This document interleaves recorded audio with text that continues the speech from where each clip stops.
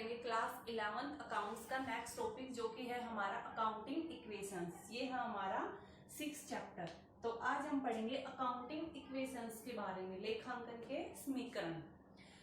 तो देखिए, सबसे पहले लेखांकन के समीकरण से पहले हम स्टार्ट करते हैं कि समीकरण कहाँ से निकल के आता है, इक्वेशन कहाँ से निकल के आई है हमारे पास। तो देखिए, अकाउंटिंग में हमारे पास होती है एक बैलेंस शीट, ठीक है, जिसको बोलते हैं स्थिति विवरण। तो बैलेंस शीट में क्या होता है, हमारे पास इस परफॉर्मे के इस जो है इस तरह के हमारा बैलेंस शीट बनता है, ठीक है। ये हमारा परफॉर्मा होता है बैलेंस शीट बनाने का। तो यहाँ पे हमारी होती है लायबिलिटीज, लायबिलिटीज मतलब दायित्व, ठीक है। यहाँ पे हमारे दायित्व और यहाँ पे हमारी होती है अमाउंट, यानी कि कितना रुपया डालना है यहाँ पे, ठीक है, रुपए डालने हैं। उसके बाद या फिर आप आरएस भी लिख सकते हो, रेस में, ठीक है। उसके बाद है एसेट्स, इधर हमारी आती है एसेट्स और इधर एसेट्स कितने अमाउंट की है या कितने रुपए हैं। तो ऐसे हमारा बैलेंस शीट का परफॉर्मा बनता है। हमें इस तरह से बैलेंस शीट बनानी पड़ती है किसी भी संस्था की। तो लायबिलिटीज में देखिए, लायबिलिटीज कई तरह की हो सकती है। लायबिलिटीज मतलब दायित्व, ठीक है। एक फर्म के पास कई तरह के दायित्व हो सकते हैं। जैसे हो सकता है उसने कहीं से लोन ले रखा हो, ठीक है। स्वामी, व्यवसाय का जो स्वामी, तो व्यवसाय का जो स्वामी है, ठीक है, उसने पैसे लगा रखे हैं फर्म में। तो उसने उस संस्था में जितने भी पैसे लगा रखे हैं उसको नाम देते हैं हम कैपिटल, ठीक है। पूंजी के नाम से उसके पैसे को हम जानते हैं। तो देखिए, उसने जितने भी पैसे उस संस्था में लगा रखे हैं, उस संस्था के लिए तो एक तरह से वो दायित्व है, क्योंकि हम फर्स्ट जो हमारा लेसन था उसमें हमने पढ़ के आए हैं कि व्यवसाय और व्यवसाय का स्वामी दो अलग अलग, उनका दोनों का अलग अस्तित्व होता है, ठीक है। हम ये नहीं मानेंगे कि व्यवसाय का स्वामी व्यवसाय से चाहे कुछ भी कितना भी पैसा निकाल ले, कैसे भी यूज करे, उसको नहीं देखा जाएगा। नहीं, व्यवसाय का स्वामी जितने भी पैसे व्यवसाय में लगाता है, ठीक है, और जितना भी जो है व्यवसाय से निकालता है पर्सनल यूज के लिए, हम उन सब का रिकॉर्ड रखते हैं। तो पूंजी को भी ऐसे ही मान के चलते हैं जैसे ये जो है फर्म ने, उस संस्था ने किसी बाहर वाले व्यक्ति से पैसा उधार ले रखा हो, उसी तरह से हम व्यवसाय के स्वामी के द्वारा जितना भी पैसा लगाया गया है उसको उसी नजरिए से देखते हैं। इसलिए जो पैसा व्यवसाय का स्वामी लगाता है उस फर्म के लिए वो पैसा भी एक तरह से क्या है, दायित्व है, ठीक है। वो ये मान के चलेगा कि मैंने ये एज ए लोन किसी बाहर वाले व्यक्ति से ये पैसा ले रखा है, ठीक है, और मेरे को इसको ये पैसा वापिस करना है, ठीक है। तो इसलिए कैपिटल भी क्या होती है, एक फर्म के लिए दायित्व होता है, ठीक है। उसी तरह से हमारे बाकी भी कई तरह की चीजें होती है, जैसे बैंक ओवरड्राफ्ट। बैंक ओवरड्राफ्ट क्या होता है, देखिए, अपनी जमा से ज्यादा पूंजी बैंक से निकाल लेना। आपके पास आपका जो है बैंक में पैसा जमा है 2 लाख रुपए और आपको जो है जरूरत पड़ जाती है 2,30,000 रुपए की। तो 30,000 रुपए के लिए बैंक आपको, कई बार अच्छे ग्राहक अगर आप होते हैं, ठीक है, ये एक अलग ही होता है, हम जैसे नॉर्मल व्यक्तियों को नहीं मिलता। जो कंपनी चलाते हैं, जिनका बैंक के साथ जो रोज का लेन देन है, उन अच्छे ग्राहकों को क्या करती है बैंक, उन अच्छे ग्राहकों को ये एक सुविधा देती है कि कई बार अगर आपको इमीडिएटली कोई पेमेंट करनी है और आपके अकाउंट में पैसा कम है, तो आपको कुछ एक अमाउंट तक का क्या दे दिया जाएगा, ओवरड्राफ्ट दे दिया जाएगा। यानी कि आप अपनी जमा से ज्यादा पैसे का भुगतान कर सकते हैं, निकाल सकते हैं। तो 2 लाख रुपए हमारे जमा थे और हमने किसी को 2,30,000 रुपए देने थे, तो बैंक ने हमारी तरफ से वो पेमेंट कर दी है 2,30,000 की, क्योंकि हमारे अकाउंट में 30,000 रुपए कम थे, फिर भी बैंक ने हमारी पूरी की पूरी पेमेंट कर दी। अब हमें उस 30,000 रुपए को जल्दी ही बैंक को वापस करना पड़ेगा। तो एक तरह से बैंक ओवरड्राफ्ट, अगर किसी फर्म ने बैंक का से ओवरड्राफ्ट ले रखा है तो ये भी उस फर्म का क्या है, दायित्व है, क्योंकि उसको ये चुकाना पड़ेगा, ठीक है, देना पड़ेगा कभी ना कभी। और इसी तरह के और भी कई दायित्व होते हैं, लायबिलिटीज होती है, जो कि हम पीछे के चैप्टर्स में पढ़ के आ चुके हैं, जैसे क्रेडिटर्स हैं, बिल्स पेएबल्स हैं, ये सब कुछ। उसी तरह से इधर हमारी आती है एसेट्स। एसेट्स में हमारे पास कई तरह की एसेट्स होती है, जैसे कैश, कि एक फर्म में कितना पैसा है, फर्म के पास कितने पैसे हैं, ठीक है, उसके पास कितनी जमीन है, उसके पास कितना फर्नीचर है, उसके पास कितनी मशीनरी है। तो इस तरह के उसके पास कई एसेट्स होती हैं, जैसे गुडविल, जैसे हम गुडविल का पढ़ के आए हैं, ठीक है, ख्याति का पॉइंट पढ़ा है, तो गुडविल, ठीक है। तो इस साइड में हमारी एसेट्स आएंगे कि एक फर्म के पास कितनी एसेट्स मौजूद हैं, और इधर उसके लायबिलिटीज आएंगे। तो आप लोगों के लिए एक बात है कि इधर लायबिलिटीज और इधर एसेट्स बैलेंस शीट में लिखते हैं, लेकिन ये हमेशा जो है कन्फर्म है, ये हमेशा एक मतलब 100% है एक पॉइंट ये कि आपका इन दोनों साइडों का टोटल जो है इक्वल आना चाहिए, ठीक है। इनकी जितना जोड़ इसका होगा, मान लीजिए यहाँ पे 2 लाख है, तो यहाँ का इस साइड का टोटल भी कितना आएगा, 2 लाख रुपए। अगर आपका ये मैच नहीं हो रहा है, ठीक है, इनकी इधर जितनी अमाउंट लिखी है इधर लिखी है, वो कोई बात नहीं, हो सकता है यहाँ पे 5,000, 2,000, 7,000 हो, यहाँ पे 10,000, ठीक है, 1,50,000 ऐसे कुछ हो, वो जरूरी नहीं है, हमारा टोटल सेम आना चाहिए। और अगर हमारा टोटल दोनों साइड का इक्वल नहीं आता है, तो इसका मतलब हमने ऊपर कुछ ना कुछ गलत किया है, ठीक है। या तो कुछ लिखना भूल गए, या कोई चीज 2 बार लिख दी है, या फिर कोई चीज छूट गई है, या गलत अमाउंट से उसको लिख दिया है। इसलिए ये दोनों साइड हमारी इक्वल आनी चाहिए, तभी हमारा जो है बैलेंस शीट सही माना जाएगा। तो यहाँ से क्या पॉइंट निकल के आता है, देखिए कि हमारा एसेट्स और लायबिलिटीज इक्वल होना चाहिए। क्यों इक्वल होता है, देखिए एसेट्स तो ठीक है, इधर हम एसेट्स लिखते हैं, इधर लायबिलिटीज में देखिए यहाँ पे एसेट्स यानी कि फर्म के पास कितनी संपत्तियां मौजूद हैं, तो वो संपत्ति देखिए संस्था के पास उसने लैंड खरीदी होगी, फर्नीचर, मशीनरी, ये सब कुछ उसने खरीदा है, ठीक है, उसके पास कुछ पैसे भी नगद में मौजूद हैं। तो उसके पास ये सारी चीजें खरीदने के लिए पैसे कहाँ से लिए होंगे उसने, या तो व्यवसाय के स्वामी ने लगाए होंगे, तो व्यवसाय का स्वामी जितने भी पैसे लगाता है उसको क्या बोलते हैं, कैपिटल, ठीक है। या फिर उसने बाहर वालों से पैसे लिए होंगे, ठीक है, या फिर उसने बाहर वालों से पैसे लिए होंगे, तो बाहर वालों से पैसे लिए होंगे तो उसको हम क्या बोलेंगे, लायबिलिटीज, ठीक है, लायबिलिटीज।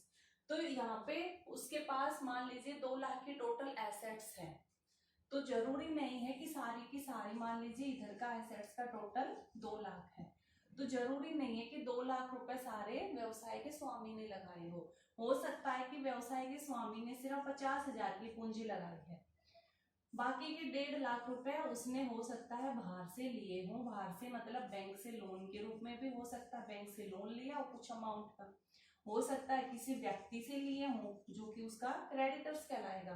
अगर किसी व्यक्ति से हम बाहर वाले, किसी बाहर के व्यक्ति से अगर एक संस्था उधार में कुछ सामान लेती है, ठीक है, या उधार लेती है पैसे के रूप में, तो वो हमारा यानी कि उस फर्म का क्या बन जाता है, वो उस फर्म का क्रेडिटर बन जाता है। क्रेडिटर मतलब लेनदार, ठीक है, लेने वाला, इनकी वो फर्म से पैसे लेने वाला बन जाता है।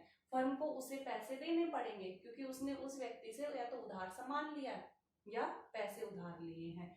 तो लायबिलिटीज भी कई तरह की हो सकती है, बैंक से हो सकता है, या क्रेडिटर से, या बिल्स पेएबल के रूप में हो सकता है, अलग अलग वो उसके पास ऑप्शंस होते हैं। इनके कहने का मतलब है कि फर्म ने जो 2 लाख रुपए की संपत्तियां खरीदी हैं, वो उसके पास ऐसे ऊपर से आसमान से आके तो नहीं गिरी, उसने ये संपत्तियों के लिए पैसा कहीं ना कहीं से लिया होगा, तो वो पैसा उसने या तो व्यवसाय के स्वामी ने लगाया होगा, या कहीं बाहर से उसके पास पैसे आए होंगे, इसीलिए हम कहते हैं। तब देखिए कैपिटल हमारी कहाँ है, इस साइड, देखिए ये कैपिटल, कैपिटल हम इस साइड लिखते हैं। उसी तरह से लायबिलिटीज, लायबिलिटीज में हमारा क्या है, लोन है, बैंक ओवरड्राफ्ट है, क्रेडिटर्स है, ये सारे हमारे दायित्व हैं, एक फर्म के दायित्व है, इसलिए लायबिलिटीज के रूप में। तो कैपिटल यहाँ 50,000 है, इसको यहाँ लिख देते हैं, और जो लोन है ये सब मिलके कितने का, 1.5 लाख का। अब 1.5 में अलग हो सकता है, बैंक ओवरड्राफ्ट 20,000 का लिया हो, क्रेडिटर 70 के हो, इस तरह से कुछ भी अमाउंट हो सकती है, लेकिन इन तीनों का टोटल 1.5 लाख रुपए है, ठीक है। तो अब देखिए कैपिटल 50 की और लायबिलिटीज 150 की, तब जाके 2 लाख पूरे हुए हैं और तब इस फर्म ने 2 लाख रुपए की कोई संपत्तियां खरीदी हैं। तो इसीलिए हमारी इक्वेशन बनती है ये। हमारा चैप्टर आज का क्या है, काउंटिंग इक्वेशन। तो हमारी इक्वेशन निकल के आती है ये, कि क्या इक्वेशन निकल के आई कि हमेशा एक फर्म का क्या इक्वेशन हमेशा सही होनी चाहिए, कैपिटल प्लस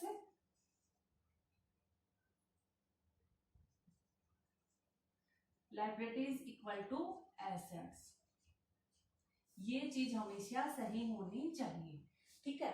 इनकी कैपिटल लिखेंगे, लायबिलिटीज जब वो लिखेंगे तो हमारी एसेट्स हमें पता चले। अगर हमारे पास एसेट्स दे रखी है, लायबिलिटीज भी दे रखी है, कैपिटल का हमें नहीं पता, तो हम इस इक्वेशन के हिसाब से निकाल लेंगे। या तीनों हमारे पास दे रखी हैं, हम इन तीनों को इस इक्वेशन में लिखेंगे, और अगर दोनों साइड का जोड़ इक्वल आता है तो इसका मतलब सही जो है, बिजनेस ने सही रूप से रिकॉर्ड रख रखा है। समझ गए? तो इस इक्वेशंस के हिसाब से अब हमें अपने क्वेश्चंस करने हैं। क्वेश्चंस कैसे करने हैं वो अभी मैं बताती हूँ आपको, ठीक है। तो आपको माइंड में बस इस पॉइंट को लेके चलना है, हमारी इक्वेशंस के पॉइंट को लेके चलना है। जैसे हमारा इक्वेशंस है एसेट्स, आगे पीछे कैसे भी लिख लो। उधर अभी तक आप कहोगे कि मैम आप तो पहले capital plus liabilities equal to assets लिख रहे थे, तो चाहे इधर एसेट्स को यहाँ लिख दो, ठीक है, वो कोई बात नहीं है। Assets equal to liabilities plus capital, ठीक है। इसको थोड़ा यहाँ, एसेट्स इक्वल टू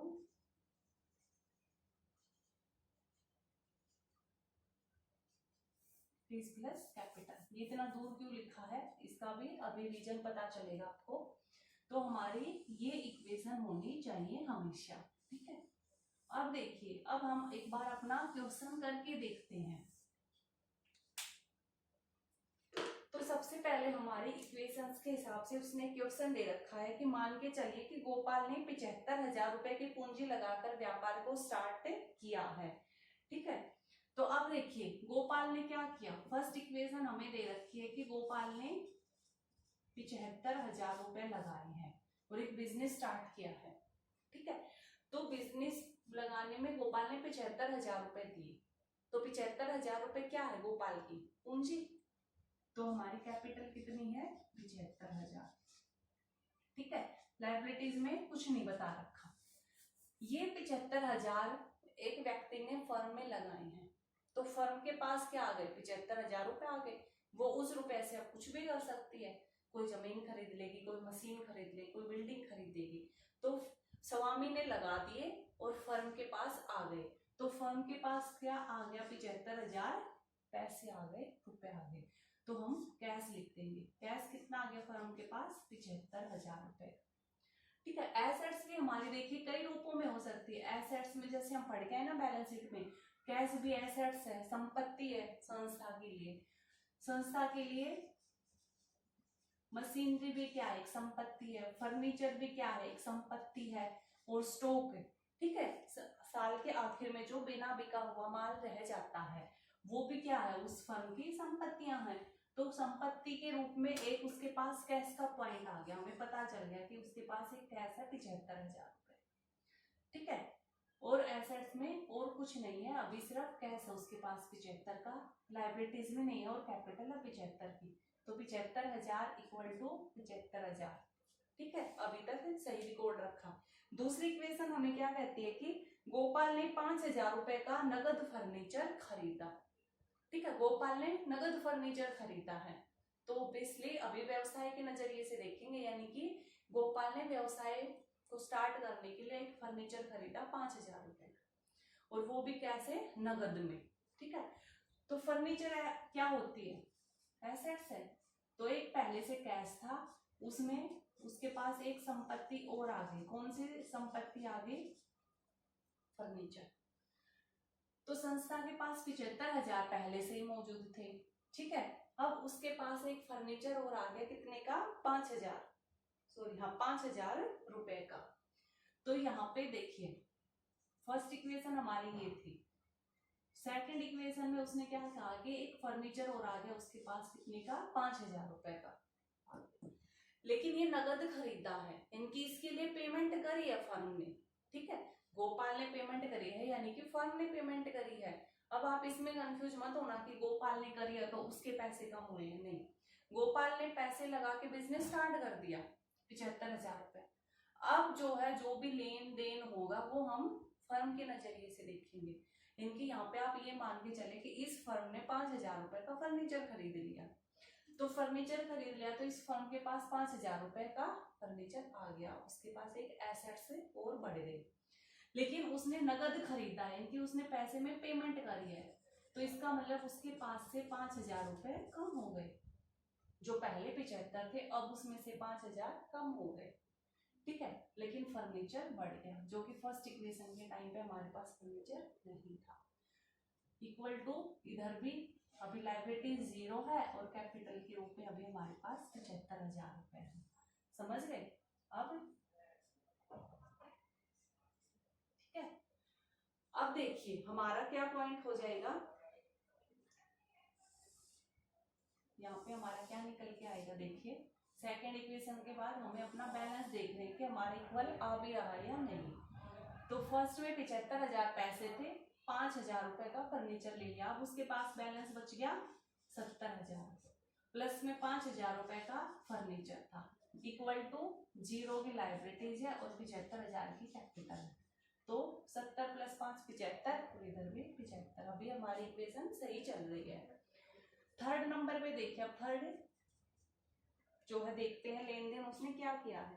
थर्ड में उसने क्या किया कि गोपाल ने 20,000 रुपए का माल नगद खरीदा है, ठीक है, माल 20,000 रुपए का माल उसने नगद खरीदा है, माल को हम क्या नाम देते हैं, गुड्स, ठीक है, माल जैसे हम सेकंड चैप्टर में पढ़ के भी आए हैं इस पॉइंट को, माल को हम क्या नाम देते हैं, गुड्स, तो उसने गुड्स खरीदे हैं नगद में कितने के, 20,000 रुपए का, तो यानी कि अब फर्म के पास 20,000 रुपए की गुड्स यानी कि माल भी तो फर्म का क्या है, संपत्ति है, ठीक है, तो उसने 20,000 रुपए का सामान खरीदा है, फर्नीचर कोई 5,000 रुपए का अभी, उसके बाद देखिए यहाँ पे उसने नगद खरीदा है तो उसके पैसे एक बार यहाँ नहीं लिखते, इक्वल टू हम नीचे करेंगे अलग से, ठीक है, यहाँ पे तीसरी बार वाले थर्ड जो लेन देन था उसमें एक खरीद लिया और ये कैश में खरीदा है, तो यहाँ से उसके पास कैश कम हो जाएगा 20,000 का, ठीक है, तो हमारे पास क्या आ जाएगी, क्या बैलेंस बच जाएगा, 50,000, प्लस में फर्नीचर है 5,000 रुपए का और प्लस में 20,000 रुपए का गुड्स आता है, और इक्वल टू हमारा है प्लस 75, ठीक है, 50 + 20 70 और 5 75 और इधर का भी 75, तो हमारी थर्ड इक्वेशन के बाद भी हमारा लेन देन सही, हमने सही ढंग से लिखा है। नेक्स्ट अब हमारी फोर्थ इक्वेशन आती है। फोर्थ लेन देन उसने क्या किया है कि गोपाल ने 16,000 रुपए का माल उधार खरीदा, ठीक है, गोपाल ने 16,000 रुपए का माल उधार खरीदा, यहाँ पे भी कोई लेन देन नहीं हुआ, यहाँ पे भी नहीं हुआ, हाँ गुड्स में हुआ, 20,000 का सामान उसके पास पहले था, अब उसने 16,000 का सामान और खरीद लिया, ठीक है, 16,000 का सामान और खरीदा है फर्म ने, तो माल बढ़ गया 20 में और ऐड कर देंगे 16 का, लेकिन उसने कैसे खरीदा है, ये सामान उसने खरीदा है उधार, ठीक है, उधार पे खरीदा है, तो उधार पे खरीदा है तो इसका मतलब लायबिलिटी जो अभी तक चली आ रही थी 0 वहां पे एक लायबिलिटीज का हमें नाम पता चल गया, क्रेडिटर्स, लेनदार, क्योंकि उसने उधार में सामान खरीदा है, तो अब वो क्रेडिटर्स हमारे निकल के आ गए कितने, 16,000 के, कि जो अभी तक लायबिलिटी 0 निकल के आ रही थी उसमें 16,000 से क्रेडिटर्स के नाम से हमारे पास निकल के आ गए, ठीक है, तो यहाँ पे 16,000 और प्लस में उसकी पूंजी उतनी ही है 75,000 रुपए। तो अब हम देखते हैं कि क्या हमने अब सही रिकॉर्ड रखा है, यहाँ पे ये तो 50,000 है, प्लस में 5,000 प्लस में 36,000 इक्वल टू क्रेडिटर्स हमारे पास अब आ गए 16,000 के, प्लस में पूंजी है 75,000 की, टोटल कितना हो गया 91,000, ठीक है, कि हमारा कितना हो गया 91,000 का। अब देखिए 16,000 रुपए का माल उधार खरीदा है। हाँ ठीक है। अब इधर देखिए ये हमारा हो गया 55 और 36, यहाँ का टोटल भी 91,000 और यहाँ का भी 91,000। तो हमारी ये इक्वेशंस भी हमने सही रूप से लिखी है। अब नेक्स्ट लेन देन, पांचवें लेन देन पे चलते हैं। पांचवें में उसने क्या किया है, 12,000 रुपए लागत का माल 15,000 रुपए में उधार बेच दिया। ठीक है, उधार में बेच दिया। तो लेन देन में उधार बेचा, अभी उसके पास पैसे नहीं आए हैं तो कैश भी नहीं आया है, प्लस फर्नीचर का भी कुछ नहीं हुआ है। ठीक है, प्लस में यहाँ पर ये क्या है, गुड्स सामान। अब इस सामान में से उसने क्या कहा है, 12,000 रुपए लागत का, यानी कि कोस्ट का, 12,000 रुपए की कोस्ट का सामान उसने कितने में बेचा है, 15,000 रुपए में। तो उसका जो सामान था वो तो कितने का था, 12,000 का। तो उसके पास से सामान तो कितना गया है, माइनस में 12,000।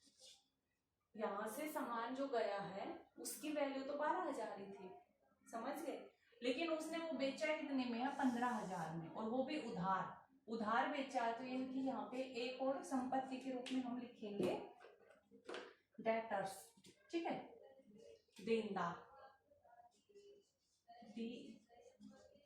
डेटर, कि अब उसके पास एक और देनदार भी हो गए। लेनदार तो उसका दायित्व और देनदार उसकी संपत्तियां आती, क्योंकि उन व्यक्तियों को पैसा देना है। ठीक है, फर्म को, संस्था को पैसा देना है।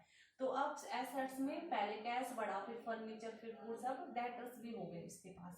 तो डेटर्स कितने के हो गए, सामान चलो उसके पास से 12,000 का सामान गया है, लेकिन डेटर्स को तो उसने कितने का बेचा, 15,000 का।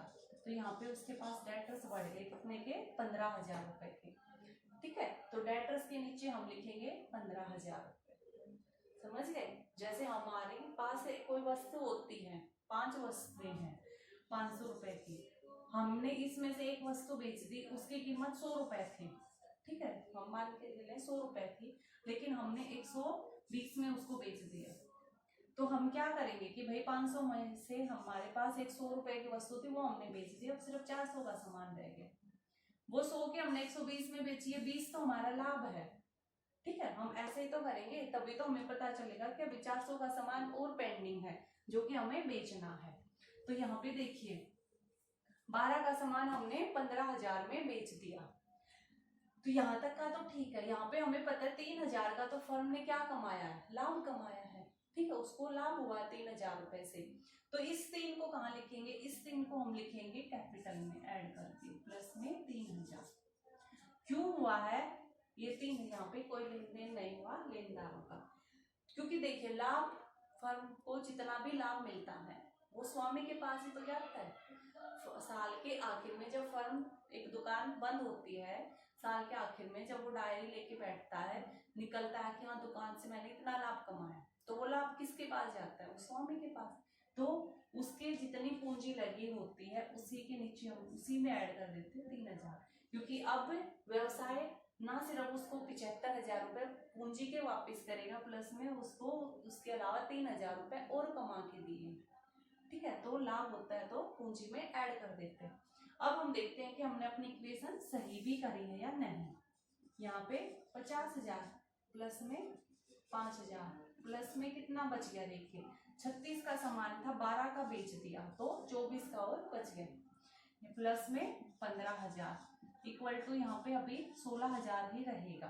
ठीक है, 16,000 ही रहेगा क्योंकि यहाँ पे कोई लेन देन नहीं हुआ।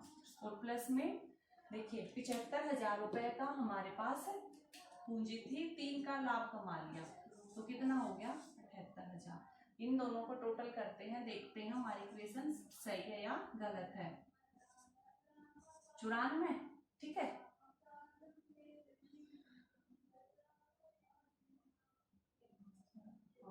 और यहाँ पे देखते हैं 50 और 5 55, 55 और 24 79 और 15 94। इस इधर का टोटल भी 94 और इधर का टोटल भी 94। तो हमारी इक्वेशन अभी तक सही ढंग से चलती आ रही है। नेक्स्ट लेन देन हम देखते हैं 6 लेन देन। छठा लेन देन हमारा क्या है, छठे लेन देन में वो कह रहा है कि किराए के रूप में किराए के 1000 रुपए चुकाए। ठीक है, तो अब देखिए किराए के चुकाए, जब हमें कुछ नहीं कह रखा, चुकाए हैं यानी कि पैसे नगद में दिए होंगे, तो हमारे पास से पैसे कम हो गए, कितने, 1000 रुपए। यहाँ पे ये फर्नीचर का लाइन है, कोई लेन देन नहीं हुआ। ये गुड्स का, यहाँ पे भी कोई लेन देन नहीं हुआ। प्लस में डेटर्स, यहाँ पे भी कोई लेन देन नहीं हुआ। इक्वल टू क्रेडिटर्स, यहाँ पे भी कोई लेन देन नहीं हुआ। अब देखिए 1000 रुपए नगद किराए के रूप में चुकाए हैं, तो किराए के रूप में चुकाए हैं, तो फर्म ने क्या किया, देखिए जो भी लेन देन होता है फर्म में वो 2 जगह से जाएगा। ठीक है, उसकी 2 जगह से एंट्री होती है। तो देखिए 1000 रुपए उसने क्या किए, किराए के रूप में चुका दिए, तो यानी कि फर्म का क्या हो गया, पैसा कम हो गया 1000 रुपए। दूसरा देखिए पैसे कम हुए हैं तो कहीं ना कहीं व्यवसाय की पूंजी भी कम हो गई स्वामी की। ठीक है, एक तरफ तो पैसे कम हुए, दूसरा हम जैसे लाभ उसको मिल रहा था। ठीक है, जैसे लाभ से व्यवसाय की स्वामी की पूंजी बढ़ती थी, उसी तरह से खर्चे से व्यवसाय के स्वामी की पूंजी कम होगी, तो ये एक तरह से खर्चा था। ठीक है, जो पूंजी उस खर्चे से की वजह से उस स्वामी की पूंजी कम हो गई है 1000 रुपए से। ठीक है, तो हम यहाँ से भी ये 1000 रुपए लेस कर देंगे पूंजी में से। तो अब हम देखते हैं कि हमारी इक्वेशन ठीक आई है या नहीं। तो 50,000 रुपए कैश थे, 1000 रुपए गए तो कितने बच गए कैश के, 49,000। प्लस में 5,000 का फर्नीचर, 24,000 का गुड्स है, और प्लस में 15,000 के डेटर्स हैं, इक्वल टू 16,000 रुपए के लेनदार बचे हमारे पास, और प्लस में 78,000 की पूंजी थी, 1000 गए तो 77,000 आपकी अभी कैपिटल बच गई। अब हम देखते हैं हमारी इक्वेशन सही भी है या नहीं। तो ये लास्ट है, हाँ लास्ट इक्वेशन है, तो हम टोटल यहाँ कर लेते हैं, कितना आ गया, 93,000। अब इधर का टोटल भी देखते हैं हम, अगर हमारा इधर का और इधर का इक्वल आए तो इसका मतलब पूरा क्वेश्चन हमने सही किया है। 49 प्लस 5 53, ठीक है, 9 5 14, ठीक है, 54,000, 54,000 प्लस 24 78, 78 प्लस 15 93,000। तो हमारा इधर का टोटल भी आ गया 93,000 का, और इधर का भी 93। हमारे इक्वेशंस क्या आ गए, इक्वल आ गए। सिर्फ इतने लेन देन बता रखे थे, तो हमें जो भी क्वेश्चंस दे रखे हैं उसके रूप में ऐसे ही हमें अपनी इक्वेशन बनानी है। आप चाहो तो आप एसेट्स के अलग अलग नाम पहले ही लिख लो, क्योंकि बाद में फिर जगह कम हो जाती है। तो एसेट्स के नीचे cash, furniture, goods, debtor, stock, ये सब कुछ पहले ही लिख दो, बिल्स, रिसीवेबल, सब कुछ। जो नई पॉइंट्स आ रहा है उसके नीचे 0 0 लिखते जाओ। ठीक है, तो ये था हमारा अकाउंटिंग इक्वेशंस का चैप्टर।